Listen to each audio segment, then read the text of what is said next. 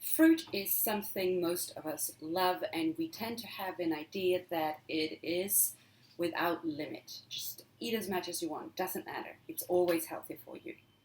Not so sure.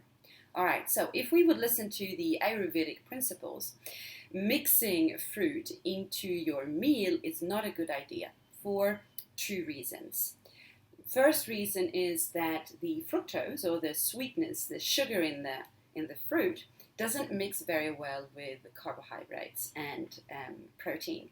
So we want to kind of keep them apart, because actually the fructose in the fruits slows down the digestion of the rest of the food. So we want to keep that apart. Ideally, what we want to do is to have fruit on an empty stomach. So on an empty stomach means more or less 2 moments in the day, either in the morning before we have had any other meals, or sometime mid-afternoon, at least 2 hours after lunch, and sometime before dinner time.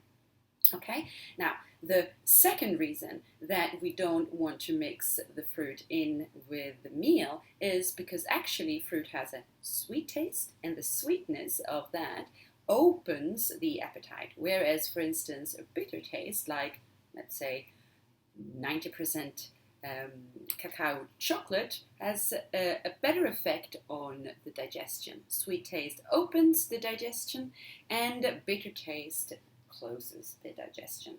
So there's 2 times in the day where you should have fruit: early in the morning, first thing, or afternoon, well time, 2 hours after your lunchtime. Depending on your constitution, one or the other is better. Also, depending on your constitution, you may want to check into which kind of fruit is okay for you to eat. For instance, a lovely apple or a plum. Not for the same people.